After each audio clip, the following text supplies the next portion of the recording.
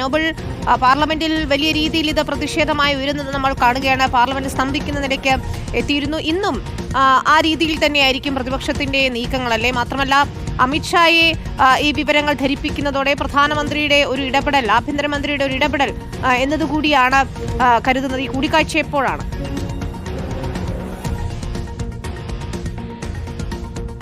വിനീത, ഇന്നിപ്പോൾ കന്യാസ്ത്രീമാരുടെ അറസ്റ്റുമായി ബന്ധപ്പെട്ടുകൊണ്ട് വലിയ പ്രതിഷേധം പാർലമെന്റിൽ ഉണ്ടാകും എന്ന കാര്യത്തിൽ യാതൊരു സംശയവുമില്ല. പ്രതിപക്ഷ എംപിമാർ, പ്രത്യേകിച്ച് കേരളത്തിലുള്ള UDF, LDF എംപിമാർ ഈ വിഷയത്തിൽ അടിയന്തര പ്രമേയ നോട്ടീസുകളും അതോടൊപ്പം തന്നെ ഈ വിഷയവുമായി ബന്ധപ്പെട്ട പ്രതിഷേധവും ഇന്ന് സഭയിൽ നടത്തും എന്നാണ് അറിയിച്ചിരിക്കുന്നത്. അടിയന്തര പ്രമേയ നോട്ടീസുകൾ അല്പസമയത്തിനകം തന്നെ നൽകി തുടങ്ങും എന്നാണ് എംപിമാരിൽ നിന്ന് ലഭിക്കുന്ന വിവരവും. ശക്തമായി തന്നെ ഈ വിഷയം സഭയിൽ ഉന്നയിച്ചുകൊണ്ട് ഇതിനൊരു പരിഹാരം കാണുക എന്നാണ് എംപിമാർ നിശ്ചയിച്ചിരിക്കുന്നത്. ഏറ്റവും പ്രധാനപ്പെട്ട മറ്റു കാര്യം എന്ന് പറയുന്നത്, ഇന്നലെ UDFന്റെ എംപിമാർ കേന്ദ്ര ആഭ്യന്തരമന്ത്രിയെ ജസ്റ്റ് ഒന്ന് കണ്ടത്, അതായത് ചെറിയൊരു കൂടിക്കാഴ്ചയുടെ ഭാഗമായി കണ്ടുകൊണ്ട് ഈ കാര്യങ്ങൾ ധരിപ്പിച്ചിരുന്നു. അതിനുശേഷം ഇന്നിപ്പോൾ വിശദമായി തന്നെ കേന്ദ്ര ആഭ്യന്തരമന്ത്രി കാര്യങ്ങൾ കേൾക്കാമെന്ന് തീരുമാനിച്ചിട്ടുണ്ട്. അതിന്റെ അടിസ്ഥാനത്തിൽ 12 മണി കഴിയുമ്പോൾ UDF എംപിമാരുമായി കൂടിക്കാഴ്ച അമിത്ഷാ നടത്തുകയും ചെയ്യുന്നുണ്ട്. ഈ കൂടിക്കാഴ്ചയിൽ എംപിമാർ എത്രയും വേഗം ഈ കന്യാസ്ത്രീമാരെ പുറത്തിറക്കാനുള്ള നടപടികൾ വേണം എന്ന ആവശ്യം ഉന്നയിക്കും. ഇന്നലത്തെ കൂടിക്കാഴ്ചയിൽ രാഷ്ട്രീയ മതപരമായ ഒരു തരത്തിലുള്ള വിവേചനം ഈ കേസിൽ ഉണ്ടാകില്ല എന്ന ഉറപ്പ് അമിത്ഷാ നൽകിയിരുന്നു. പക്ഷെ പിന്നാലെ തന്നെ കോടതിയുടെ ഭാഗത്ത് ഈ കേസ്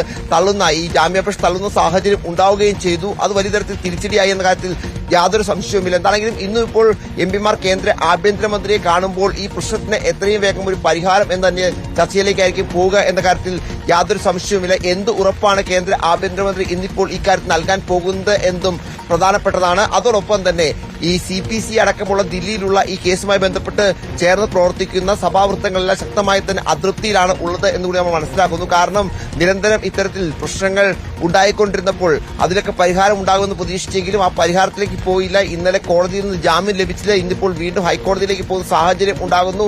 എന്താണെങ്കിലും കടുത്ത അതൃപ്തിയിലാണ് CPCA ഉള്ളത്. പല ഘട്ടങ്ങളിൽ ചർച്ചകൾ കേന്ദ്ര സർക്കാരൊക്കെ നടത്തുന്നതിലേക്ക് പോലും ഒരു പരിഹാരം ഇതിലേക്ക് വരാത്തിൽ അവർ അതൃപ്തി പ്രകടിപ്പിക്കുകയും ചെയ്യുന്നുണ്ട്. എന്താണെങ്കിലും നിലവിലത്തെ സാഹചര്യത്തിൽ ദില്ലി കേന്ദ്രീകരിച്ചുകൊണ്ട് കേരളത്തിലുള്ള എംപിമാർ ഈ വിഷയം സജീവമായി തന്നെ ഉയർത്തും. അതിന്റെ ഭാഗമായി തന്നെ ഇന്നിപ്പോൾ കേന്ദ്ര ആഭ്യന്തരമന്ത്രിയെ കാണുകയും ചെയ്യും. ആ കൂടിക്കാഴ്ചയിൽ ഒരു തീരുമാനം, പ്രത്യേകിച്ച് ഒരു അനുകൂല നിലപാട് കേന്ദ്രത്തിന്റെ ഭാഗത്ത് ഈ വിഷയത്തിൽ ഉണ്ടാകുമോ എന്നത് പ്രധാനപ്പെട്ടതാണ്. അങ്ങനെ തീരുമാനം കേന്ദ്ര സർക്കാരിന്റെ ഭാഗത്ത് ഉണ്ടാവുകയാണെങ്കിൽ സ്വാഭാവികമായി ഛത്തീസ്ഗഡ് സർക്കാരിന് ഈ വിഷയത്തിൽ അല്പം അയ്യേണ്ടി വരും എന്ന കാര്യത്തിൽ യാതൊരു സംശയവുമില്ല. അങ്ങനെയാണെങ്കിൽ ഒരുപക്ഷേ കൂടുതൽ കാര്യങ്ങൾ എളുപ്പമാകും. പക്ഷേ എന്താണെങ്കിലും കൂടിക്കാഴ്ച ഇന്നിപ്പോൾ 12 മണിക്കാണ് നിശ്ചയിച്ചിരിക്കുന്നത്. വിനീത.